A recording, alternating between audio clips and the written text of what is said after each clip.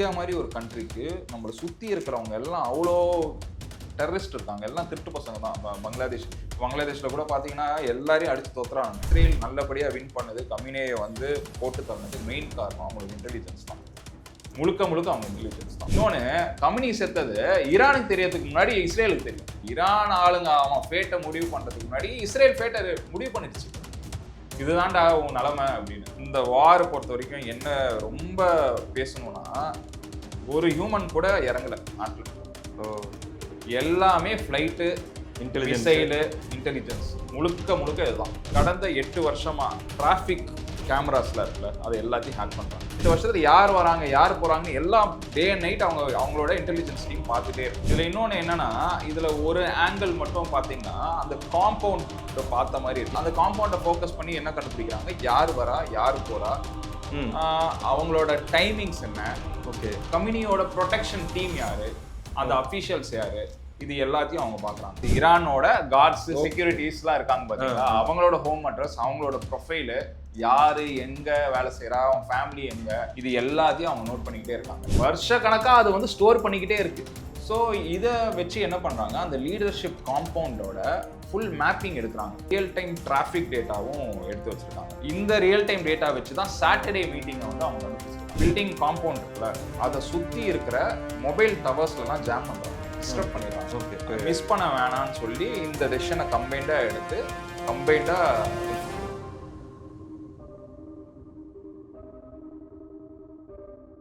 அனைவருக்கும் வணக்கம். தொடர்ச்சியாக உங்களுடைய ஆதரவு, நம்ம உள்ளூர் அரசியல் மட்டும் இல்லை, உலக அரசியல் வரைக்கும் நமக்கு தெரிந்த தகவல்களை, தெரியாத தகவல்களை தேடி எடுத்துக்கொண்டு அல்லது தெரிந்தவர்களிடமிருந்து விசாரித்து கொண்டு எல்லாம் கூட உங்ககிட்ட கொண்டு வந்து பகிர்ந்துட்டு இருக்கிறோம்.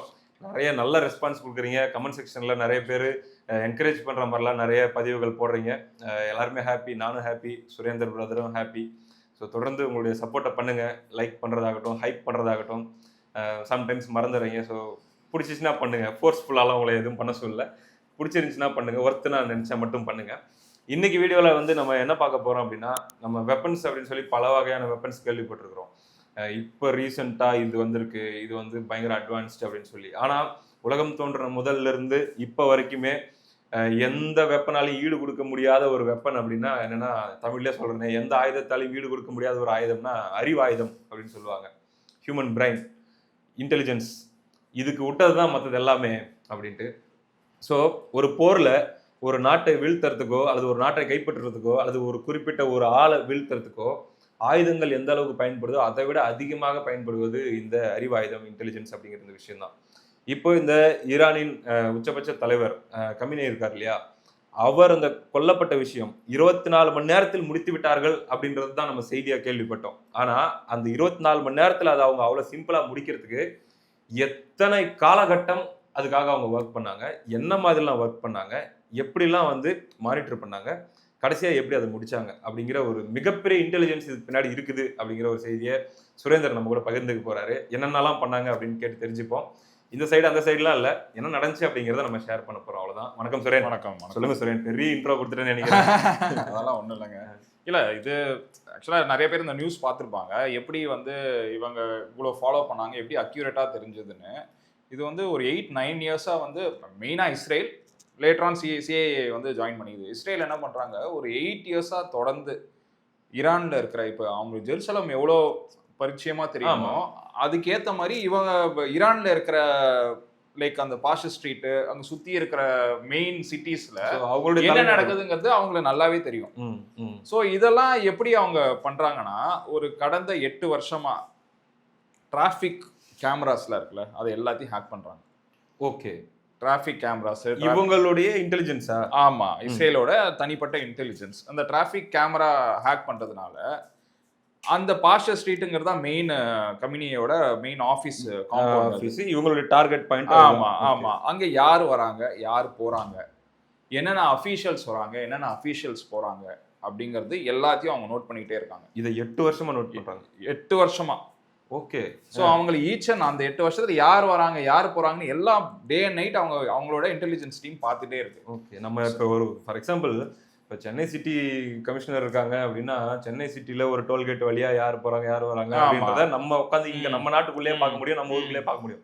ஆனா வேற ஒரு நாடு இன்னொரு நாட்டுல இருக்கக்கூடிய ஒரு ஒரு குறிப்பிட்ட டார்கெட்டட் வச்சிருக்கிறவங்க ஏரியாக்குள்ள எவ்ரி இன்ச் ஆஃப் மூமெண்ட்ஸையும் அவங்க வந்து 8 வருஷமா சர்வேலன்ஸ் பண்ணியிருக்காங்க அப்படின்னா அதுதாங்க ரொம்ப பெரிய விஷயங்கிறேன். இந்த இந்த இன்டெலிஜென்ஸ் எப்படி ஒர்க் ஆகுது பாருங்க, டெக்னாலஜி எப்படி யூஸ் பண்ணியிருக்காங்கன்னு பாருங்க. இதுல இன்னொன்னு என்னன்னா, இதுல ஒரு ஆங்கிள் மட்டும் பாத்தீங்கன்னா, அந்த காம்பவுண்ட் பார்த்த மாதிரி இருக்கு. எந்த காம்பவுண்டு? பாஸ்டர் ஸ்ட்ரீட், அந்த பில்டிங், மெயின் பில்டிங் இருக்குல்ல, கம்யூனியோட மீட்டிங் பாயிண்ட். அடிக்கடி அவர் வந்து போற இடம் முக்கியமான அதை பார்த்த மாதிரி இருக்கு ஒரு கேமரா மட்டும். ஸோ அந்த அந்த காம்பவுண்டை ஃபோக்கஸ் பண்ணி என்ன கண்டுபிடிக்கிறாங்க, யார் வரா, யார் போறா, அவங்களோட டைமிங்ஸ் என்ன, ஓகே, இன்னொன்று கம்பெனியோட ப்ரொடெக்ஷன் டீம் யாரு, அந்த அஃபீஷியல்ஸ் யாரு, இது எல்லாத்தையும் அவங்க பார்க்குறாங்க. ஓகே. ஸோ இவங்க வர டைம், போகிற டைம், என்ன கார் என்ட்ரு ஆகுது, என்னென்ன ப்ரொடெக்ஷன் அஃபீஷியல்ஸ்லாம் சுற்றி இருக்காங்க, அது ஒன்று. இன்னொன்று என்ன பண்ணுறாங்க, ஒரு அல்காரிதம் யூஸ் பண்ணுறாங்க, ஒரு சாஃப்ட்வேர் மாதிரி, ஏஐன்னு சொல்லலாம், அது ஏஐன்னு சொல்ல முடியாது, ஒரு அல்காரிதம். இல்லை அவங்களாம் அந்த டைம்ல ஏஐலாம் கண்டுபிடிச்சு, நம்ம இப்போ தான் அதை பற்றி பேசிட்டு இருக்கோம். அவங்க இன்டெலிஜென்ஸ் வந்து அந்த டைம்ல யூஸ் பண்ணியிருக்காங்க. அந்த ஏஐ என்ன பண்ணுன்னா, அந்த கார்ட்ஸ், செக்யூரிட்டிஸ்லாம் போகிறாங்க வராங்களே, அவங்களோட ஹோம் அட்ரஸ், யாரு, இவருடைய ப்ரொஃபைல், அந்த கார்ட்ஸ், ஈரானோட கார்ட்ஸ், செக்யூரிட்டிஸ்லாம் இருக்காங்க பார்த்தீங்களா, அவங்களோட ஹோம் அட்ரஸ், அவங்களோட ப்ரொஃபைலு, யாரு எங்க வேலை செய்யறா, அவன் ஃபேமிலி எங்க, அவன் ஒர்க் ஷிஃப்ட் என்ன, ஒர்க் ஹார்ஸ் எங்க, இதுக்கு முன்னாடி என்ன டிபார்ட்மெண்ட்ல வேலை செஞ்சான், இப்போ இந்த டிபார்ட்மெண்ட்ல வேலை செய்யறான், இது எல்லாத்தையும் அவங்க நோட் பண்ணிக்கிட்டே இருக்காங்க. இன்னும் முக்கியமான, ரொம்ப ரொம்ப முக்கியமான விஷயம்னா, கம்பெனியோட பர்சனல் கார்ட்ஸ், பாதுகாவலர், ப்ரொடெக்ட் பண்றவங்க. அதுக்கப்புறம் ஒரு சில டிரான்ஸ்போர்ட்ஸ்லாம் வந்து பாதுகாப்பாங்கல்ல. ஆமா, ஒரு சில டிரான்ஸ்போர்ட் வரும், அந்த டிரான்ஸ்போர்ட்டுக்கு ஒரு சில பேர் கார்ட் பண்ணிட்டு போவாங்க, கான்வாய் மாதிரி. அது யாருன்னு வந்து கண்டுபிடிக்கிறாங்க. ஸோ இந்த அல்காரிதம்க்கு வந்து ஒரு பேர் வைக்கிறாங்க, இந்த ஒரு ப்ராசஸ்க்கு பேட்டர்ன் ஆஃப் லைஃப் அப்படின்னு சொல்லிட்டு.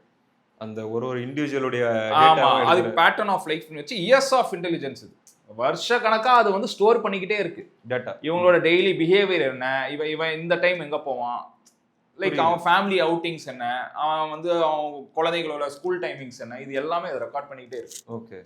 ஸோ இதை வச்சு என்ன பண்றாங்க, அந்த லீடர்ஷிப் காம்பவுண்டோட ஃபுல் மேப்பிங் எடுக்கிறாங்க. அதுல அந்த அந்த அந்த காம்பவுண்ட்குள்ள என்ன நடக்குது, இன்சைடு காம்பவுண்ட் யார் போறாங்க, யார் வெளியில வராங்க இங்கிறது எல்லாத்தையும் எடுக்கிறாங்க. ஆனா கம்பெனியை பொறுத்த வரைக்கும் அது வந்து most secured and most secret place in their point of view.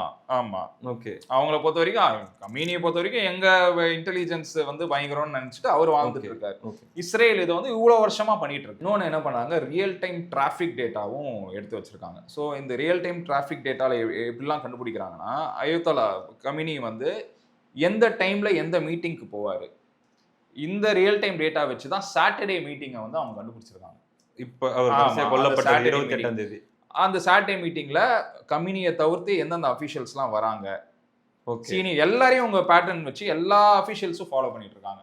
So இந்த பர்டிகுலர் சாட்டர்டே மார்னிங் அந்த கம்பெனி கன்ஃபார்ம் வராருன்னு கூட கன்ஃபார்ம் பண்ணியிருக்காங்க ரியல் டைம் டிராஃபிக் டேட்டா வச்சு. இஸ்ரேல் இன்டெலிஜென்ஸ் என்ன கண்டுபிடிக்குது, கம்பெனி இந்த இடத்துக்கு வராருன்னா சீனியர் அஃபீஷியல்ஸும் வருவாங்க, அதையும் கண்டுபிடிக்கிறாங்க. ஸோ இந்த பர்டிகுலர் டைம்ல சீனியர் அஃபீஷியல்ஸும் எல்லாம் சேர்ந்து ஒரு இடத்துல கூடுறதுங்கிறது கன்ஃபார்ம் பண்ணிட்டாங்க. ஸோ நீங்க சொல்றதை வச்சு நான் எப்படி புரிஞ்சுக்கிறேன், கரெக்டானு சொல்லுங்க.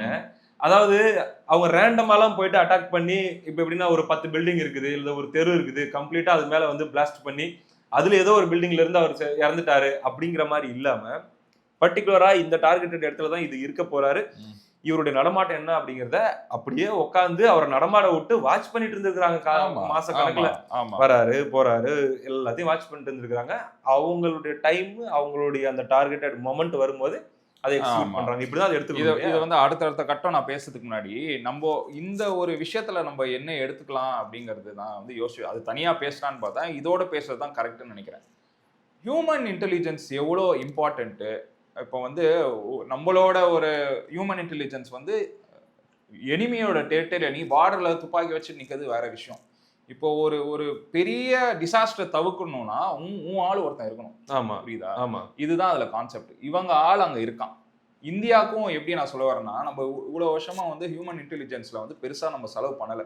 கடந்த 10 வருஷமா என்ன கவர்மெண்ட் இருக்குன்னு நீங்க பாத்துக்கோங்க, அவ்வளோ ஹியூமன் இன்டெலிஜென்ஸ் நம்ம செலவு பண்ணிருக்கோம். அவ்வளோ வந்து அதுக்கு வந்து கவனம் செலுத்தி, அதுக்கு ஃபண்டு ஒதுக்கி அவ்வளோ பேரை ரெடி பண்ணி வச்சிருக்கோம். இஸ்ரேல் இதை காலகாலமா பண்ணிட்டு இருக்கு. அவங்களோட பெரிய பிளஸ் அதான். இப்போ வந்து ஒரு வார் எப்படி டிசைட் பண்றாங்கன்னா, உங்களுக்கு அந்த வார் நடக்க போகுதுன்னு ஃபர்ஸ்ட் எவனுக்கு தெரியுதோ அவன் தான் வின் பண்ணுவான் வார. புரியுது. இதுக்கு என்ன ஆகணும், நீங்க அசட்ஸ் கிரியேட் பண்ணணும். ஒரு ஆள் இப்போ உதாரணத்துக்கு ஒரு கவர்மெண்ட் வந்து ஒரு ரா ஏஜென்ட் கிரியேட் பண்ணுதுன்னா அவனுக்கு அவ்வளோ செலவு பண்ணணும். அவன் தங்கறதுக்கு இடம், அவன் வந்து பாதுகாப்பா இருக்கிறதுக்கு இடம், அவன் அவன் அவன் வேற பவுட்ஸ் தெரியக்கூடாது, அவன் யாருன்னு தெரியக்கூடாது, அவன் வந்து எந்த கண்ட்ரியில போய் அவன் வந்து ரா ஏஜென்ட்டா இருக்கானோ அவங்க லாங்குவேஜை கத்துக்கணும், அவங்க பேட்டர்னை கத்துக்கணும், இது எல்லாத்துக்கும் அவங்க செலவு பண்ணணும். அண்ட் மோர் ஓவர் நம்ம நாட்டுல அவனை பத்தி விஷயங்கள்லாம் தெரியக்கூடாது.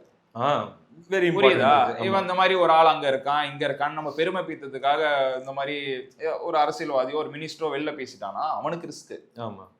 அந்த நாட்டுக்கு இந்த நாட்டுக்கும் ஒரு ஆள் இருக்காங்கிறது அந்த ரிஸ்க். இந்த மாதிரி பல ரிஸ்க் வந்து உள்ள வந்துடும். ரா ஏஜென்ட் பொறுத்த வரைக்கும் என்னன்னா அவங்க வந்து ஒரு அன்சங் ஹீரோ. புரியுது. அவங்க வந்து அந்த அந்த அந்த டிசாஸ்டர் தவிர்ப்பாங்க. ஆனா அது உலகத்துக்கு தெரியாது. மெடல் எல்லாம் அதுக்கு அவங்க செஞ்சு முடிச்ச மிஷன் அப்படிங்கிறது எத்தனையோ இருக்கும். ஆமா. ஆனா அவன் வந்து கடைசி வரைக்கும் அப்படியே சைலண்டா. இப்போ உதாரணத்துக்கு இப்ப டெரரிஸ்ட் எல்லாம் இருக்காங்க. இப்போ அவன் காலகாலமா வந்து ஃபாரின் ஹேண்ட்லர்ஸ் வச்சு நம்ம நாட்டுக்கு அனுப்பிச்சிட்டு இருக்கான். அவனே செலவு பண்ணி இதை பண்ணிட்டு இருக்கான். நீ என்ன ஸ்லீப்பர் செல்ல அனுப்புற, நீ ஒரு இடத்துல ரேண்டமா அவனுங்க பெரிய இன்டெலிஜென்ஸ் ரேஞ்சுக்கு அவங்க இவ்வளவு விஷயம் பண்ணும்போது நம்ம பண்ணணும் தானே பதிலுக்கு. அவன் என்ன சொல்லிக்கிட்டா பாம்பு அடிக்க வைக்க போறான். அவன் வந்து ஒரு பெரிய ஷெட்யூல் பண்ணி ஏரியா ஸ்டடி பண்ணி என்ன கிரௌடட் பிளேஸ்ல யார் எப்ப கூடுவாங்க இதெல்லாம் அவன் ஸ்டடி பண்ணி அந்த இடத்துல வைக்கிறான்.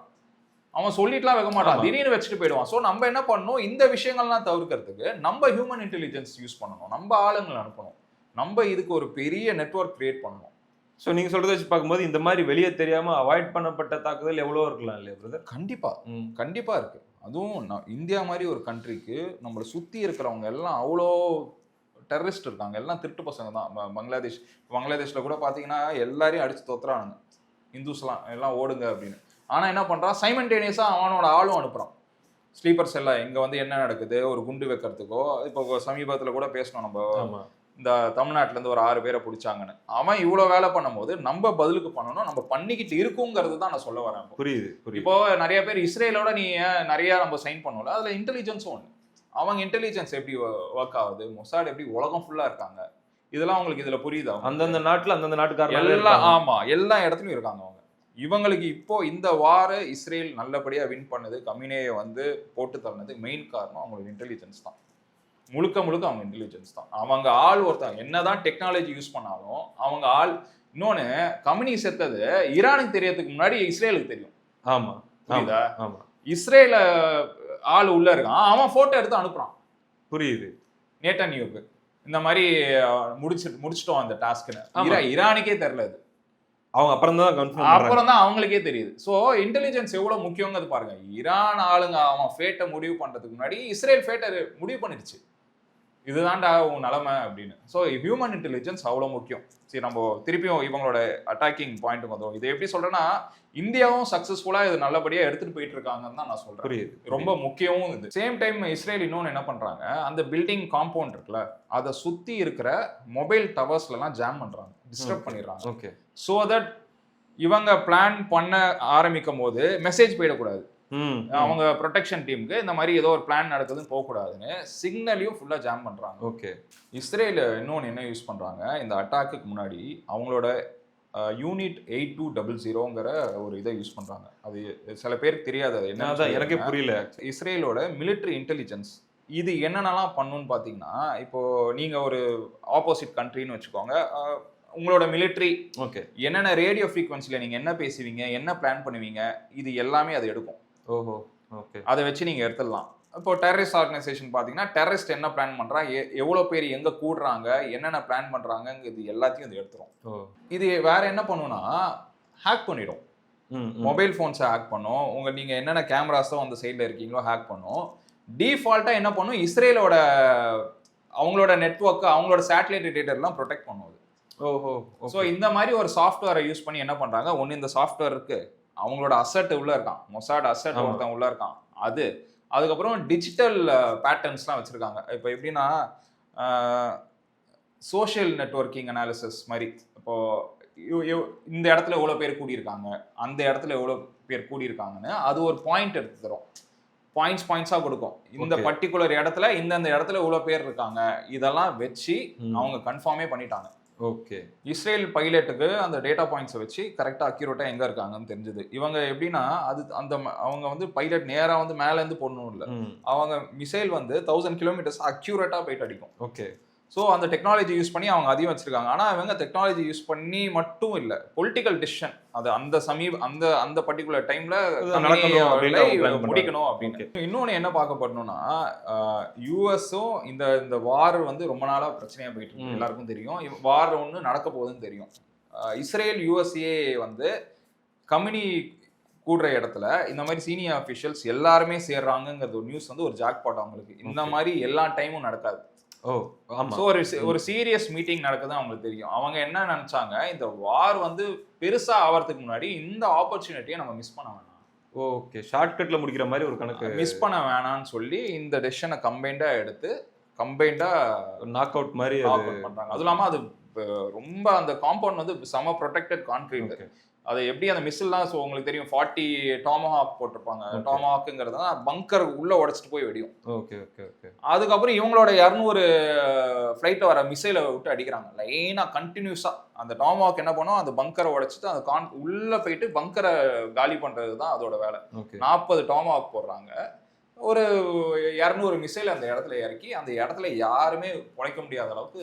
இத்தனையும் அவங்க 1000 கிலோமீட்டர் டிஸ்டன்ஸ்ல இருந்து பண்றாங்கன்னு சொல்லுவாரு. எல்லாம் இன்னொன்னு என்ன தெரியுமா, இந்த வார் பொறுத்த வரைக்கும் என்ன ரொம்ப பேசணும்னா, ஒரு ஹியூமன் கூட இறங்கல நாட்டுல. எல்லாமே ஃபிளைட்டு, மிசைலு, இன்டெலிஜென்ஸ், முழுக்க இதுதான். காலை வச்சு சோல்ஜர்லாம் கண் எடுத்து சுட்டுட்டு போவாங்களே, அந்த மாதிரி எதுவுமே பண்ணல. முழுக்க மிசைலு, F-35, F-20, F-15 இதை வச்சே கதையை முடிச்சிட்டாங்க. இதுவும் மெயினா பார்க்கப்படுது. இந்த இன்டெலிஜென்ஸ் வந்து எவ்வளவு முக்கியங்கிறது தான் நான் சொல்றேன். ஒவ்வொரு கண்ட்ரிக்குமே எவ்வளவு, எல்லா கண்ட்ரிக்கும் ரொம்ப முக்கியம். நம்ம கண்ட்ரி நம்ம வந்து எந்நேரமும் வந்து ஆபத்திலே இருக்கிற கண்ட்ரி நம்மளுது. உதாரணத்துக்கு இந்த பாகிஸ்தான், பங்களாதேஷோட ப்ரெஷர் இன்னைக்கு நேரத்துலாம் நம்மளுக்கு இல்லை, காலகாலமா இருக்கு. அவங்க ஒரு முடிவு எடுக்கிறதுக்கு முன்னாடி அந்த முடிவு என்னன்னு நம்மளுக்கு தெரியும், நம்ம இன்டெலிஜென்ஸ்ல ஸ்பெண்ட் பண்ணணும். புரியுது. ஸோ அது வந்து நல்லபடியா இந்தியன் கவர்மெண்ட் இப்போ பண்ணிட்டு இருக்கு. அதையும் நான் சொல்ல விரும்புறேன் இந்த இடத்துல. சூப்பர். மக்கள் என்ன சொல்றாங்க அப்படின்னு கேட்போம். இந்த பர்டிகுலர் டாபிக்ல உங்களுக்கு இருக்கக்கூடிய கருத்துக்கள், மாற்று கருத்துக்கள் எதுவாக இருந்தாலும் சரி கமெண்ட்ல சொல்லுங்க, தொடர்ச்சியாக பேசுவோம். ரொம்ப நன்றி சுரேன்.